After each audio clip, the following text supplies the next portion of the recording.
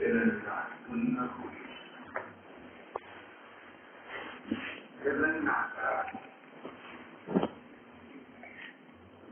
के अनुष्ठानों में श्रद्धा लगी रहती।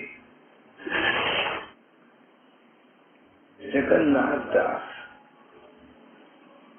श्री भगवान के प्रति भक्ति भाव रखते थे, पर धर्म के अनुष्ठानों में सदा लगे रहते, सबको प्रसन्न दिखते थे। समाज में उनका बड़ा आदर था, धर्म के प्रति अनुराग, और एक विद्वान के रूप में उनका समाज में बड़ा सम्मान था। ज्ञानी विद्वान पंडित लोग भी उनका सम्मान करते थे। जगन्नाथ दास आत्मतुष्ट प्राणी नहीं थी, मन में संतोष नहीं था, मन में चैन नहीं था।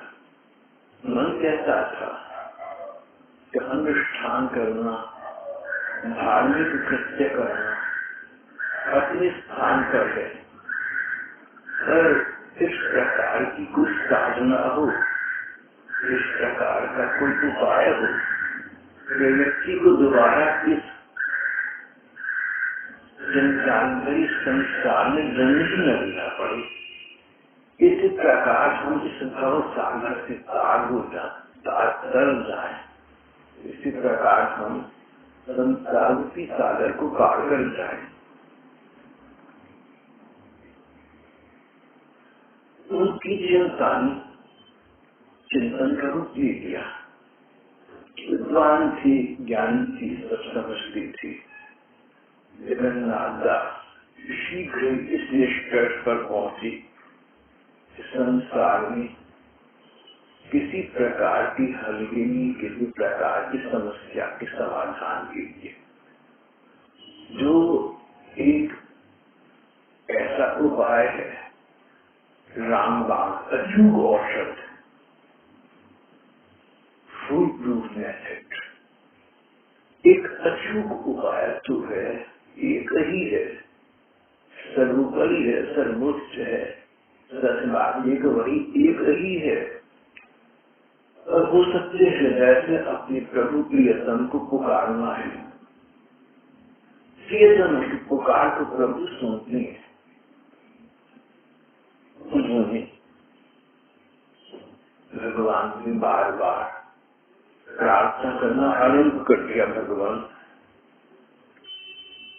मैं न जाने कितने जन्मों से इस संसार सागर में पड़ा हुआ हूँ, न जाने कितने जन्म बीत गए मेरे ठाकुर। प्रत्येक जन्म में यही झंझट जो इस जन्म में भुगती है, पुनरपि जननम पुनरपि मरणम पुनरपि जननी शरीर शरणम। प्रत्येक जन्म यही झंझट, यही समस्याएं, यही परेशानी रही होगी, अब भी वही है और आगे भी अगर जन्म हुआ तो यही रहेगी। भगवान, मेरी प्रार्थना ये है कि तुम मेरी पात्रता अपात्रता का विचार न करो, मेरी योग्यता अयोग्यता को न देखो, मेरी करुण पुकार को सुन लो, मेरी वरदान शिरोमणि, और मुझे इस प्रकार के बवाल भरे संसार से मुक्त करो, अपनी चरणों में मुझे स्थान दे दो मेरे ठाकुर। सर्व साधन हीनस्य पराधीनस्य सर्वथा।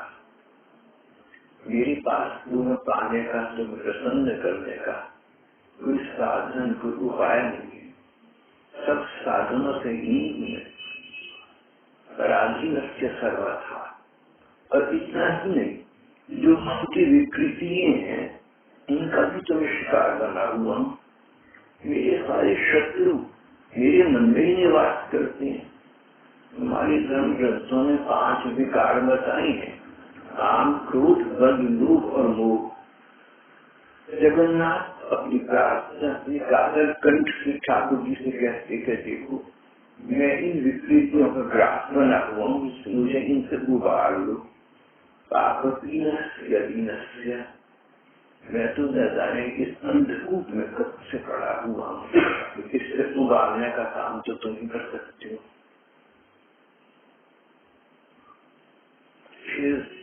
ठाकुर के प्रति पुराना एक पद्म पुराण का श्लोक बोलती,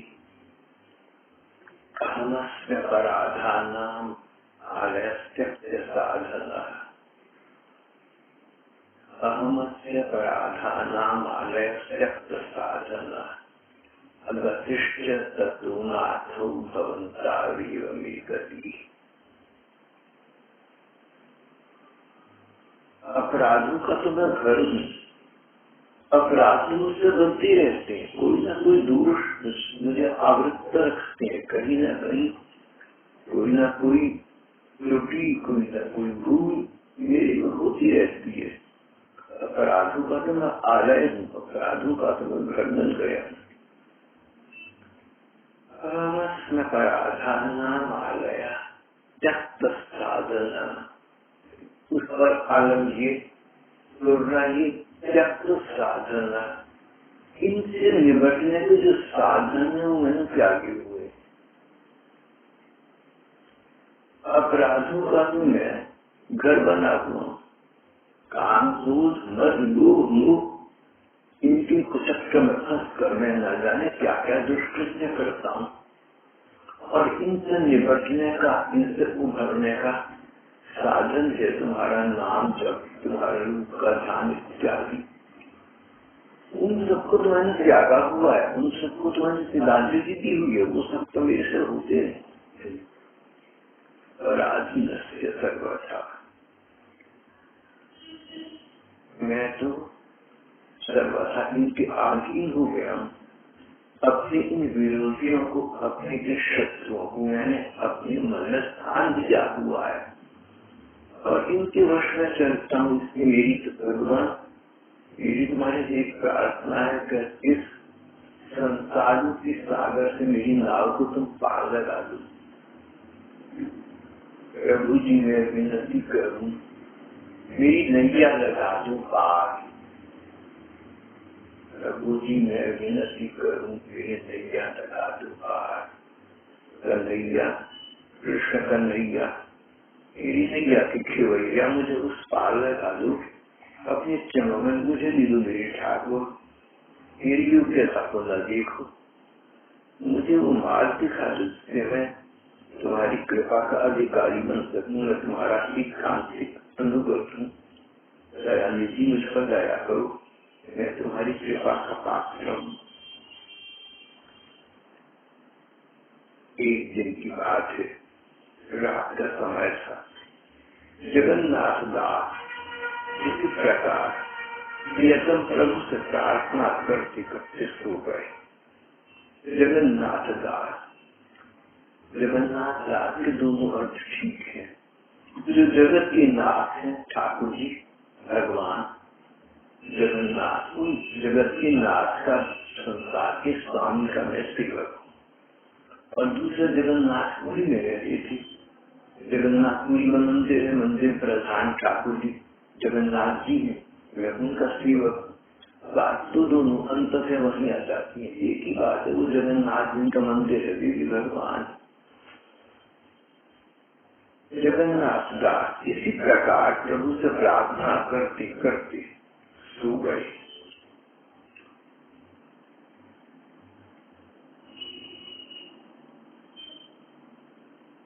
भगवान तो शरणागत वत्सल है, जो उनकी शरण में चला जाए, जो उनका आश्रय ले ले, उसके प्रति अपना प्यार लुटा देते हैं, स्नेह लुटा देते हैं। शरणागत वत्सल ठाकुर उसी समय स्वप्न जब वो सो रहे थे उनके पास आ गए। शंख चक्र गदा और पद्म चारों हाथों में थी, नाथी पर मुकुट, कानों में कुंडल, पीताम्बर धारण किया हुआ था। मंद मंद मुस्कुरा रही थी। फिर कहने लगे, वत्स तुमने एकांतिक भाव से मेरी शरण ली है, मैं तुम्हारी भावना को जानता हूँ। ये तुम्हारा वर्तमान का आवेग मात्र नहीं है, ये तुम्हारे हृदय की स्थायी वस्तु है। इस प्रकार के भक्तों की इस प्रार्थना का, इस भाव का मैं बहुत आदर करता हूँ, इसमें विकास मिलता है। भगवान ने कहा तुम्हारी जो मेरी प्रति पुकार है, तुम्हारी मेरी मुझे पाने की इच्छा है, संसार को छोड़कर मेरे चरणों में लगने की इच्छा है। जैसे अंग्रेजी में कहते हैं, it is not a passing phase, it is a lasting reality.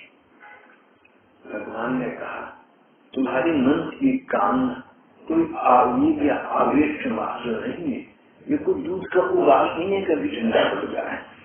तुम्हारी भावना हाई स्तर पर है, सदा सदा के लिए इस प्रकार की जो सदा की मन की वृत्ति है उसका न केवल मैं आदर करता हूँ, प्रत्युत ऐसे भक्तों को पाने का मैं स्वयं विकास तो प्यासा रहता हूँ।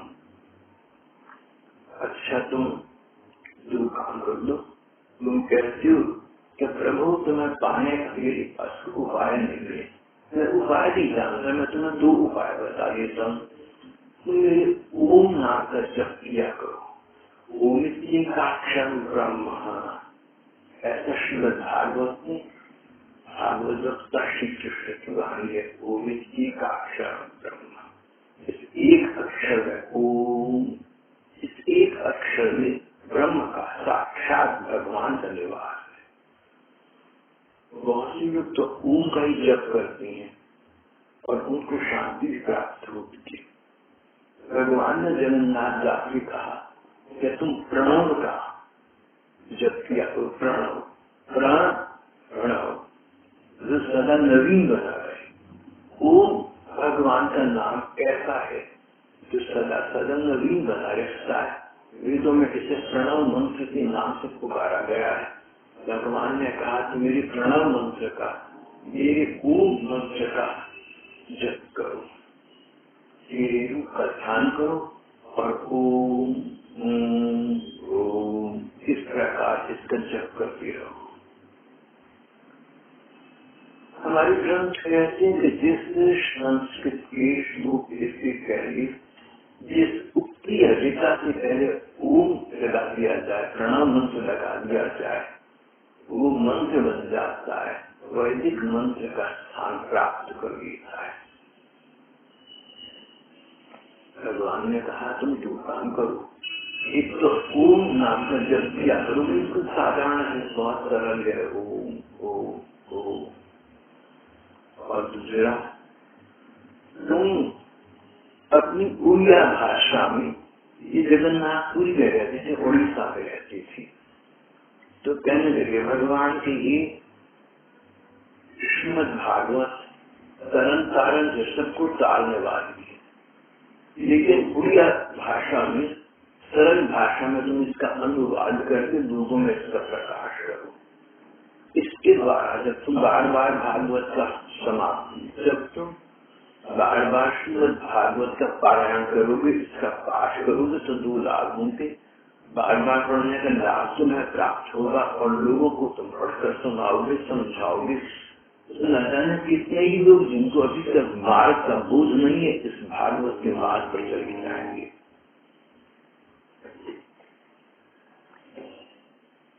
तुम कविता में, उड़िया भाषा में कविता में इसकी रचना करो, सारे देश में इसका प्रचार करो। जो ये काम भी करो, तुम्हारा भी उद्धार होगा।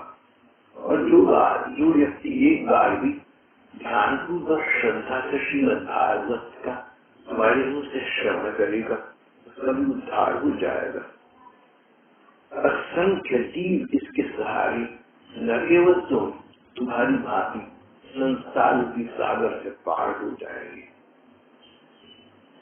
हमारे धर्म ग्रंथों का ऐसा कहना है कि जो हिंदुओं के ग्रंथ हैं, 4 वेद, दर्जनों उपनिषद, दर्जनों पुराण, संहिताएं,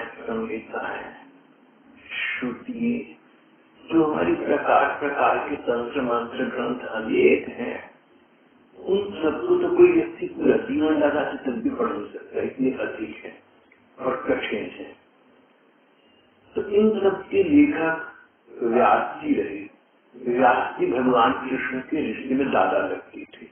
ये बात 525 बरस दोबारा कहूंगा। तो ये बात 5,500 वर्ष पुरानी हो गई।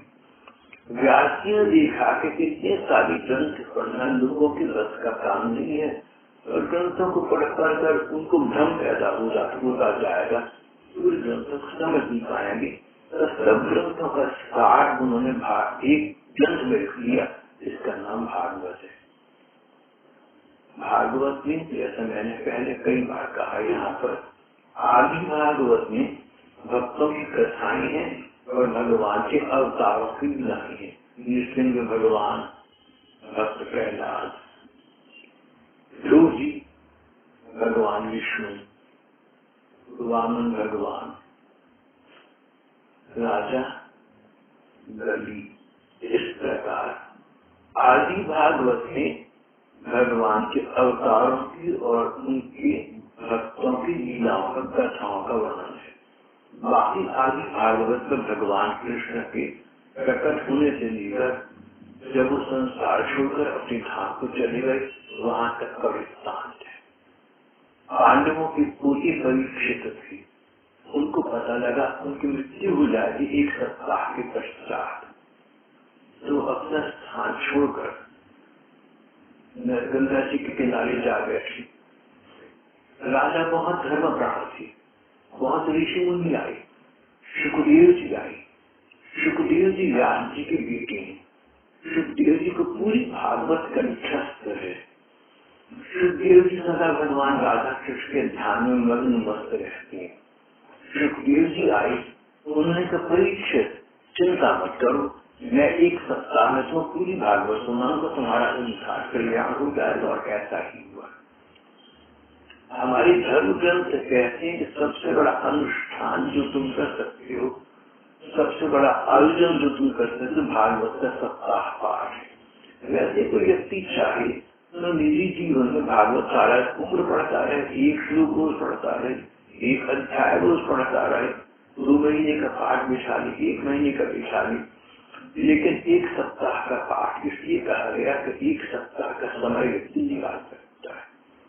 तो कम से कम 1 सप्ताह का समय निकालकर भागवत का सप्ताह पाठ या तो स्वयं करें, और अगर अच्छा ये कि भागवत के पाठ का आयोजन करो। कोई इस प्रकार के पंडित हो जिनको भागवत का समय का ज्ञान हो, वो भागवत की कथा करें, और जितने लोगों को बुला तो सबका उद्धार होगा, कल्याण होगा। तो जब श्रीमद् भागवत की कथा बिठाओगे तो तुम सुनोगे कि तुम्हारा भी कल्याण होगा, और जितने लोग कथा सुनेंगे उनके उद्धार होने का कारण तुम बने, तुम्हें फल मिलेगा। इसलिए भागवत कथा के आयोजन करने का, भागवत कथा बिठाने का हमारे धर्म ग्रंथों में बड़ा भारी सम्मान कहा गया। सर्वोपरि बात, सबसे बड़ी बात ये है, अगर कोई व्यक्ति इस प्रकार का न हो, जिसके पास शरीर ऐसा न हो कि आयोजन कर सके, या पैसे की कमी हो, तो इस प्रकार के व्यक्ति स्वयं श्रीमद् भागवत ध्यान पूर्वक पढ़े, उसको भी लाभ हो जाएगा। अवश्य उसको अकेले को लाभ होगा, और जितने ध्यान से पढ़ेगा उसका लाभ होगा, और जो आयोजन करेगा उसको अपने को लाभ भी होगा, और जितने लोगों को भागवत सुनने से लाभ होगा उनको लाभ देने का वो कारण बना, इसका भी लाभ उसे होगा, दुगुना लाभ हो जाएगा। भाई बहनों को जो इस प्रकार की स्थिति में हो, उनको चाहिए कि श्रीमद् भागवत का आयोजन सप्ताह पाठ अवश्य करें या करवाएं।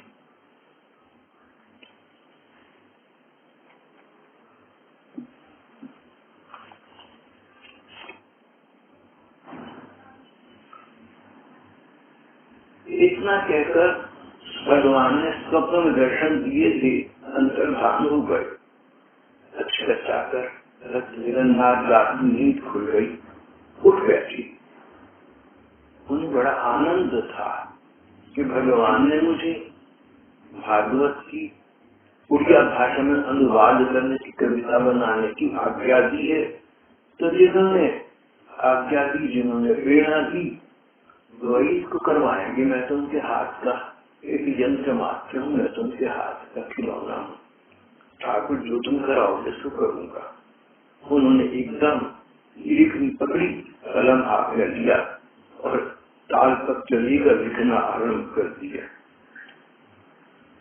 जब भागवत को उड़िया भाषा में कविता में अनुवाद करने जगन्नाथ दास बैठे, उनका हृदय आनंद से परिपूर्ण हो उठा। भगवान ने आज्ञा की थी इसलिए, और भागवत ग्रंथ ऐसा है कि भक्ति भाव से पढ़ो तो उसमें आनंद की प्रतीति होती है। उनको लगता कि मेरे हृदय में चतुर्भुज भगवान विष्णु प्रकट हो गए। शंख चक्र गदा पद्म उनके हाथ में है, पीताम्बर धारण किया हुआ है। पद पर पद लिखने लगे, पत्र पर पत्र लिखने लगे। इतने वर्ष बीत गए, कुछ पता ही नहीं चला। 18,000 श्लोकों की भागवत की उड़िया भाषा में कविता में अंततः रचना हो गई।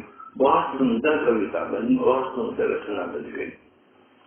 जगन्नाथ दास हर समय ओम का, प्रणव का जप करते रहते थे, और अब भगवान जी की आज्ञा के अनुसार श्रीमद् भागवत का जो उन्होंने उड़िया भाषा में कविता में अनुवाद किया था, जहाँ तहाँ शहर शहर में गांव गांव में जाकर प्रचार करने लगे। जब तक व्यक्ति को भगवान की आज्ञा न हो तब तक उसे उपदेशक नहीं बनना चाहिए। अगर तुम उपदेश दोगे तो तुम्हारे उपदेश का प्रभाव बहुत ही कम पड़ेगा।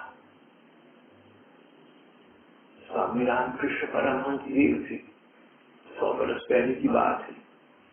बंगाल की कलकत्ता के पास दक्षिणेश्वर मंदिर में उन्होंने अपना निवास किया था। वो इस बात पर बहुत जोर देती थी कि जिसको कोई किसी प्रकार का उपदेश देने का या लोगों को समझाने का अधिकार ही नहीं है, तो इस विषय में एक दृष्टांत कथा सुनाया करती थी, ग्रंथ कहानी सुनाया करती थी। गांव में नदी बहती थी, गांव के लोग सुबह सुबह उठते, घरों में कोई सुविधा होती नहीं थी, नदी के किनारे जाकर बैठ जाते और वहां से अपने को करके अपने को मुक्त करके घर आ जाते। जिससे करुषा गंगा जी के किनारे होते, सारा किनारा गंगा हो गया। हाइजीनिकली शुद्धता की दृष्टि से देखो तो गांव का वातावरण खराब, और धार्मिक दृष्टि से देखो तो गंगा जी का दुष्प्रयोग। कई बार बुजुर्गों ने समझाया, कईयों ने कहा कि भैया सुबह सुबह इसको गंदा न करा करो, लेकिन गाँव वाले हाँ हम करते थे, लेकिन मानकर नहीं थे।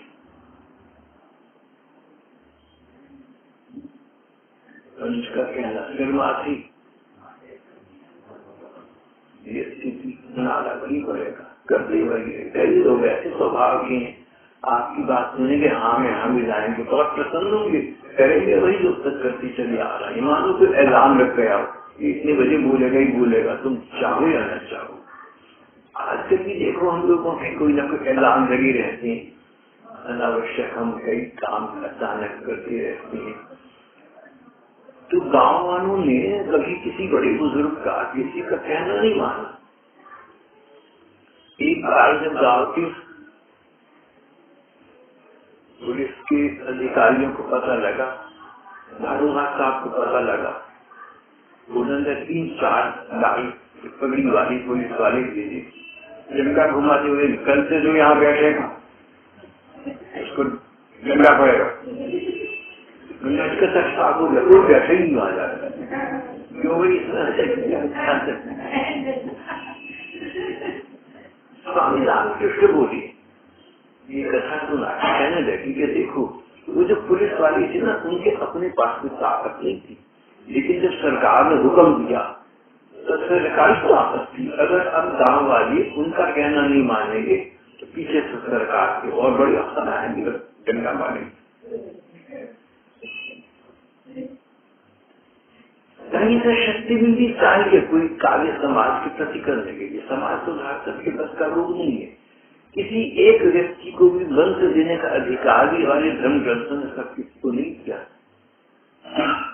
कोई किसी को मंत्र दे दे, आ भैया तुझे मंत्र देता हूँ, नहीं भाई ऐसा मत करना, धर्म ग्रंथ है क्या क्या नहीं दिए।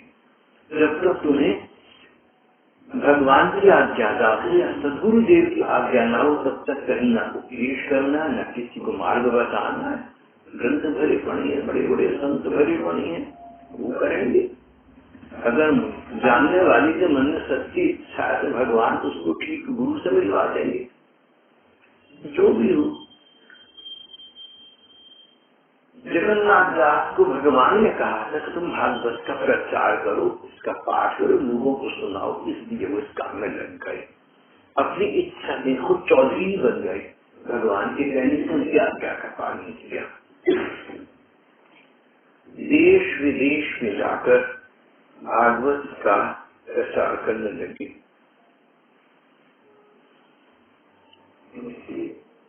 ऐसे स्थान पर जा खड़ी होती जहाँ अधिकतर भीड़ इकट्ठी हो जाती।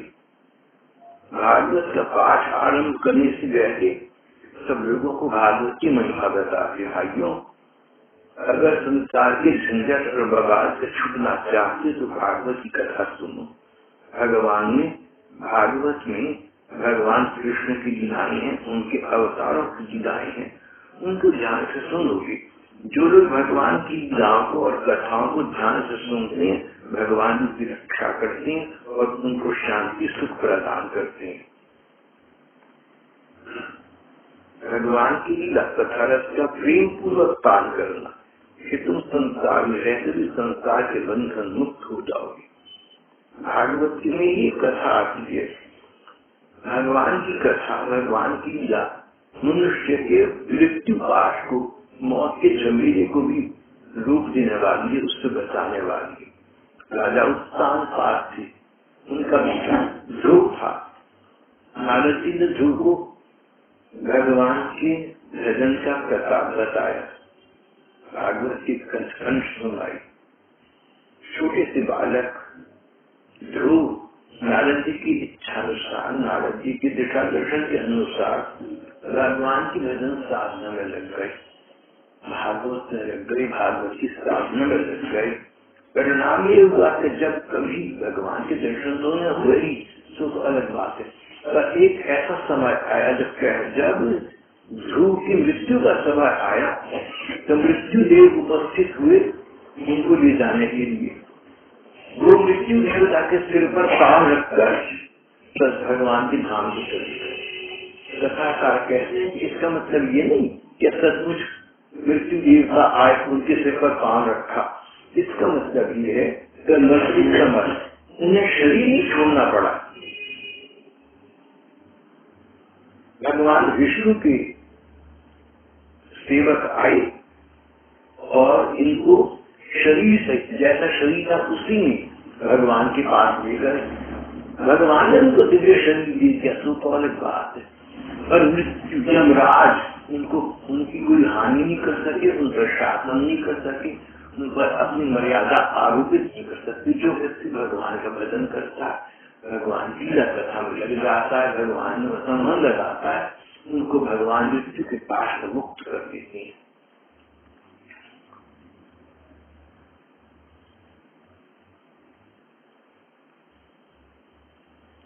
विष्णु के पार्षद आए तब ध्रुव जी के शरीर छोड़ने का समय होने के बावजूद उन्हें शरीर नहीं छोड़ना पड़ा।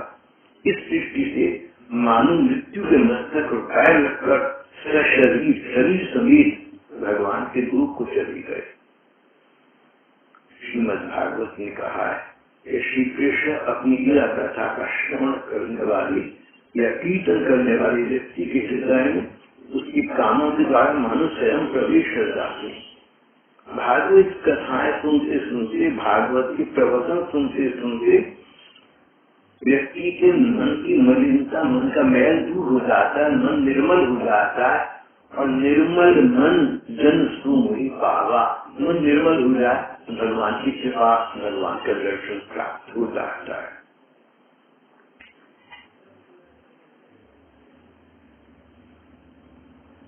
सब प्रकार की मनोमालिनता का हरण कर भगवान उसके मन को स्वच्छ निर्मल बना देते हैं।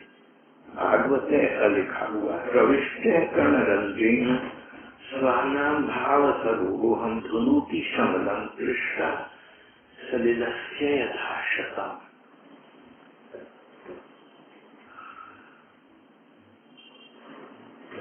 की शमलम कृष्ण, स्वयं श्री कृष्ण उसके मन को स्वच्छ निर्मल बना देती है। सलिलस्य यथा शतम, जैसे शरद ऋतु में कोई सुंदर सा फूल खिलाया हो।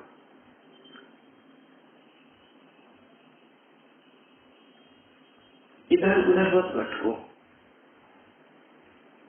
ज्ञान के लिए प्रयत्न मत करो, अपने स्थान में स्थित रहो। प्रेमी संतों के द्वारा गाई गई लीला कथा विनय के साथ सुनो। जब आप भगवान की कृपा को प्राप्त कर लोगे, भगवान की लीला कथा का, भगवान की भागवत का इस प्रकार का महात्म्य है।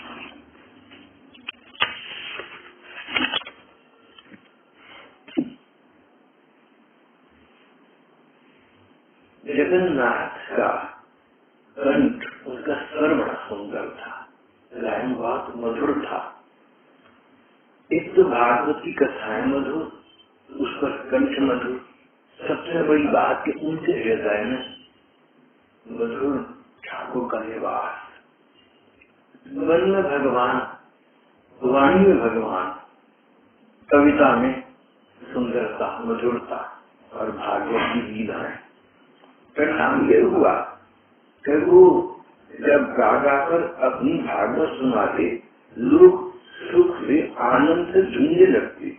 उनके मन को शांति प्रतीत होती थी, उनके मन को एक आनंद आता था, उनको एक आश्वासन, एक सांत्वना मिलती थी कि हम भगवान की समीप जा रहे हैं, मृत्यु हमारा कुछ नहीं बिगाड़ सकती, यमराज हमारा कुछ नहीं बिगाड़ सकते, हमें नरक में नहीं जाना पड़ेगा, हम तो भगवान की हो गए। भागवत सुनने का ये प्रभाव लोगों पर पड़ता, इसलिए लोग पीछे चले जाते उनकी भागवत सुनने।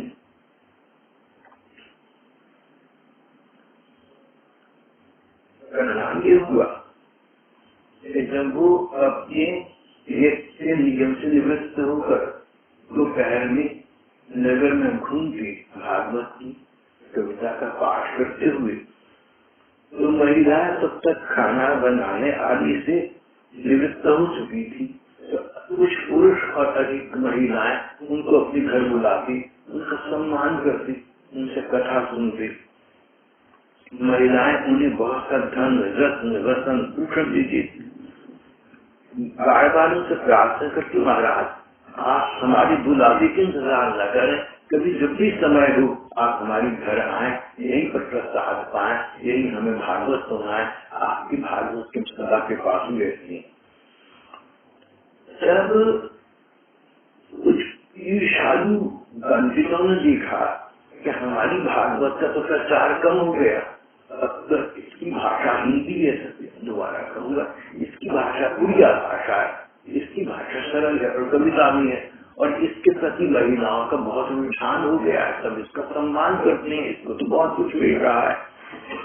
जगन्नाथ दास का बढ़ता हुआ प्रभाव उन्हें खटकने लगा।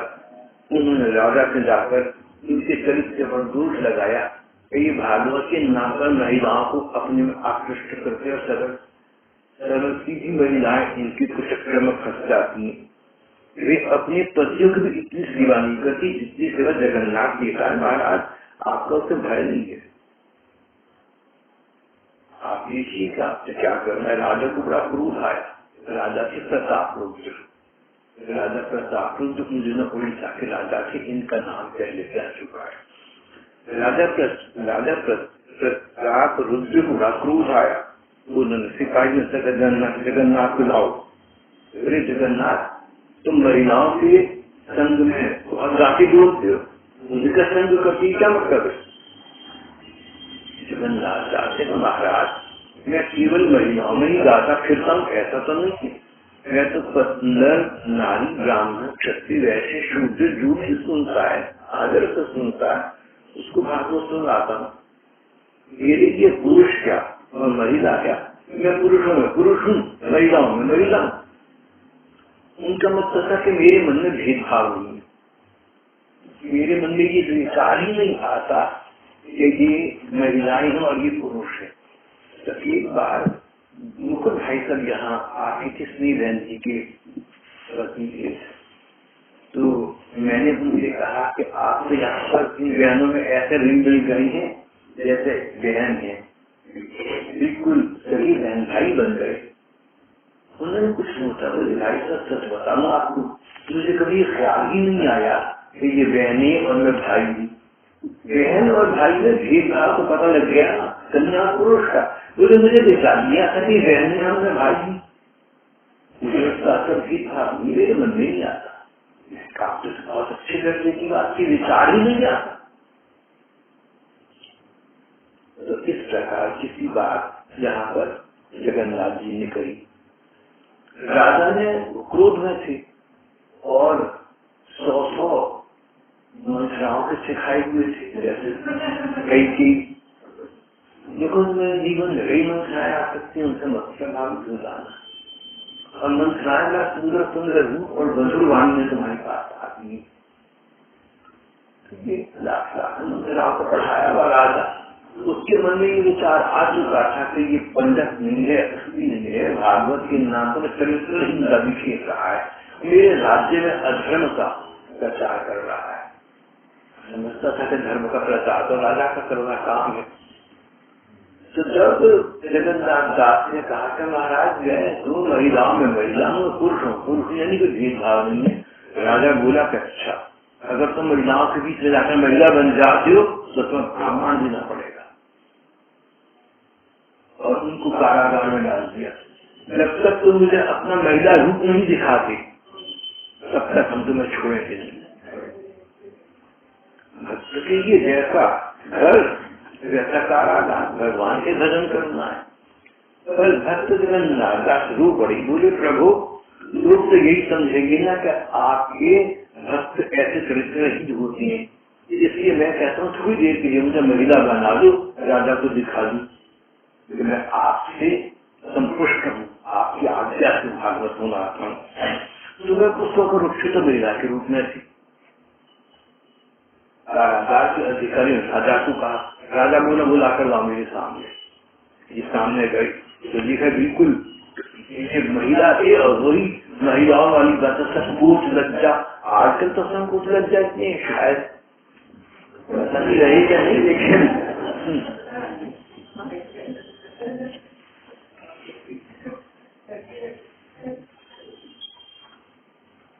राजा ने कहा कि तुम, पहली बार राजा को ख्याल आया कि सच्चा भक्त भगवान ने चमत्कार करा है, फिर राजापन ज्यादा नहीं, कोई प्रमाण मुझे मिलना चाहिए। जगन्नाथ दास को बताया। जगन्नाथ दास तो इस समय नारी बने हुए थे, कन्या बने हुए थे, बड़े संकोच से बोले कि महाराज एक ही काम हो सकता है कि आप अपनी किसी सेविका को या घर की किसी रानी को मेरे साथ भेज दें, मुझे देख ले कहता हूँ राजा हूँ, मैं नारी भी कन्या हूँ।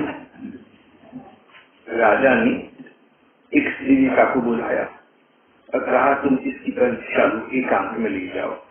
और सेविका जगन्नाथ दास को वापस लेकर बोली महाराज ये वास्तव में नारी है, इसमें संदेह नहीं है, मैंने इनका पूरा पूरा परीक्षण कर लिया है।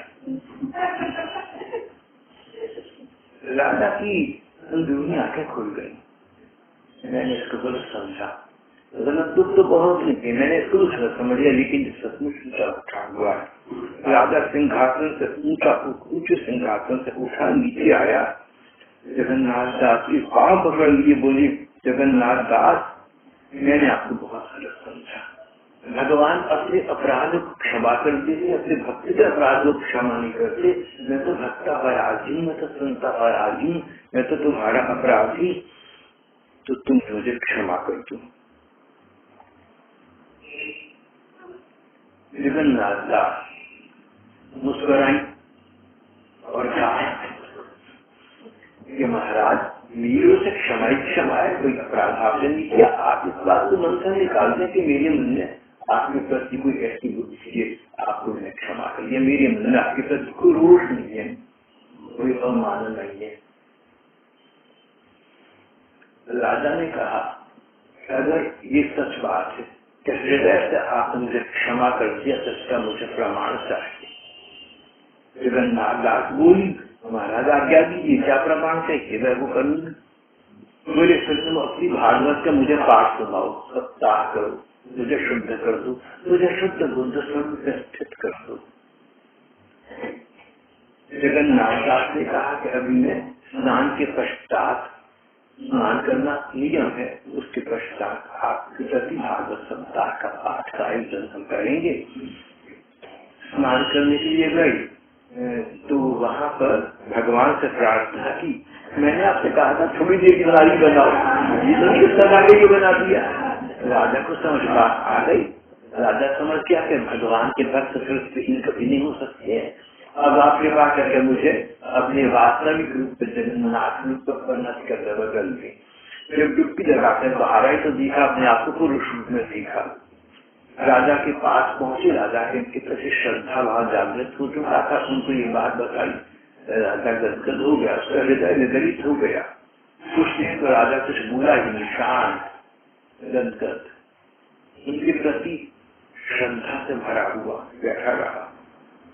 फिर मानो वायु वेग से कोई बात समझ आई, राजा उठा, अपने अंगों के आगे, राजा थोड़े बड़े गहनी वहनी पहनते थे, अपने सारे अंग के रत्न और आभूषण के चौंग में रख दिए। बोले आपको कथा की मैं अग्रिम दक्षिणा दे रहा हूँ। भागवत कथा का किसी भी कथा का विधान है, हमारी ग्रंथ कहते हैं कि जब तक कथा की बात दक्षिणा नहीं दोगे, जितनी सामर्थ्य उतनी कंजूसी न करना, कृपणता न करना। अगर जितनी सामर्थ्य 100 रुपए की है तो 100 रुपया दो, और 10 पैसे 10 पैसा दे दो, लाखों रुपए के लाखों रुपया दे दो, कृपणता न करनी। तो राजा ने कहा कि मैंने आपको अग्रिम दक्षिणा दी थी, ऐसा समझते हैं, इसको अस्वीकार न करें, आप मन न करें, नहीं तो मेरे मन को अशांति रहेगी। अब आप मुझे भागवत का पाठ सुनना है। अब उन्होंने राजा को श्रीमद् भागवत का सप्ताह पाठ सुनाया। राजा को सचमुच शांति प्राप्त हुई और ऐसा लगा कि मेरा परलोक सुधर गया। अब तो मुझे यमराज का भय नहीं रहा। अब तक तो मैंने पाप करे, अब तक जानकर या अनजानी में जो भूल करी, गलतियां करी, पाप करे, अब मेरी समझ शुरू हो गई। राजा को लगा मैं हल्का हो गया, मैं शांत हूँ। मृत्यु और परलोक का भय गाता रहा। उधर राजा ने उन दुष्ट बुद्धि लोगों को पकड़ कर बुलाया जिन्होंने इनकी निंदा चुगली की थी, उनको भी दंड दिया। 500 वर्ष हो गए, जगन्नाथ दास संसार शुरू हुए हैं। फिर उनकी भागवत की उड़िया में आज कभी घर घर में ऐसे पूजा होती है जैसे हमारे उत्तर प्रदेश में तुलसीदास जी के रामायण की। जगन्नाथपुरी में समुद्र के किनारे हरिदास ठाकुर की प्रसिद्ध समाधि है, उसी के पास जगन्नाथ दास की समाधि भी बनी हुई है। जगन्नाथ दास संसार का कल्याण करके तरन तारण से अपने आप को तर गए, दूसरों को उतार गए, अभी भी समाधि है। चलो, ये श्री कृष्ण गोविंद।